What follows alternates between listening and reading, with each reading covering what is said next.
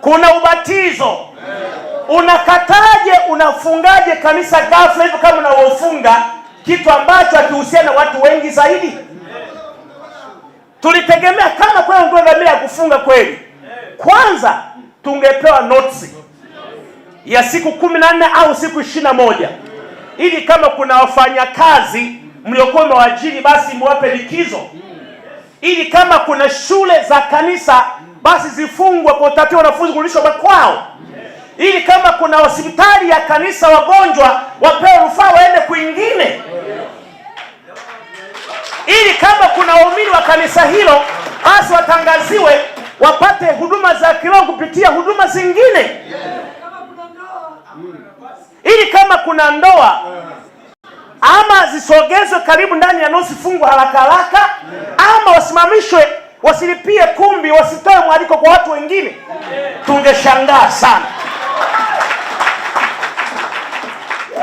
Lakini cha pili, tuna utaratibu mzuri sana wa kisheria ambapo kila mtu anayekosea lazima aitwe asikilizwe kwanza. Umekosea bwana hiki, hebu jitetee. Kama hujafunga kanisa, jitetee. Kwa nini tusifunge kanisa lako? Jitetee. Nafasi ya kujitetea hatujapewa. Kwa hiyo tuna confirm wazi kwamba kanisa letu halijafungwa. Labda hao GCTC walishapewa nafasi ya kusikilizwa, walishapewa na notice wakakaidi, ila polisi kwenye kuchanganya majina hapa badala kwa GCC kule wakaenda GCTC. Kwa hiyo haya mambo kuchanganya, ndugu zangu, yapo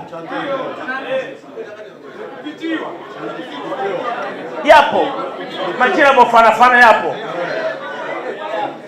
Kwa tuwatoe wasiwasi wa waumini wetu, kanisa letu halijafungwa.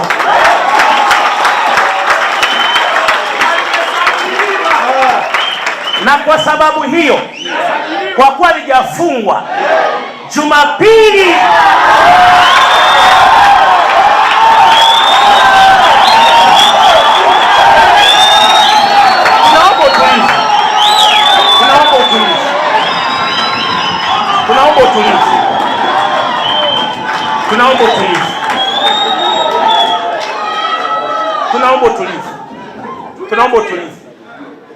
Tunaomba utulivu.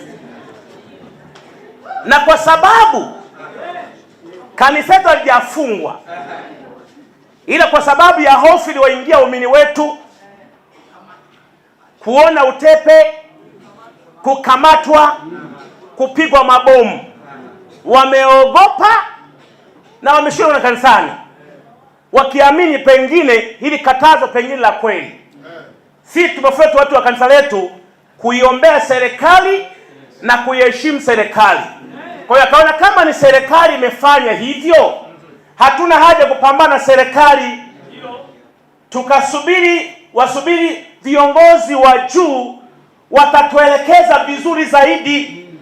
Na kwa sababu ya subira hiyo, mimi niwapongeze kanisa la Glory of Christ Tanzania Church kwa utulivu wenu kulipata taifa endelee kuwa na amani. Sasa rasmi Glory of Christ Tanzania Church, Jumapili tunaendelea na ibada kama kawaida.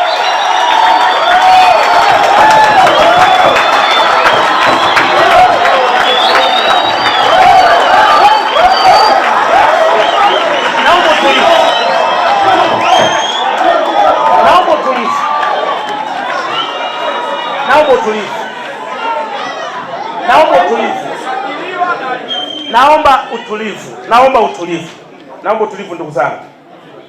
Naomba utulivu. Haya yote ambayo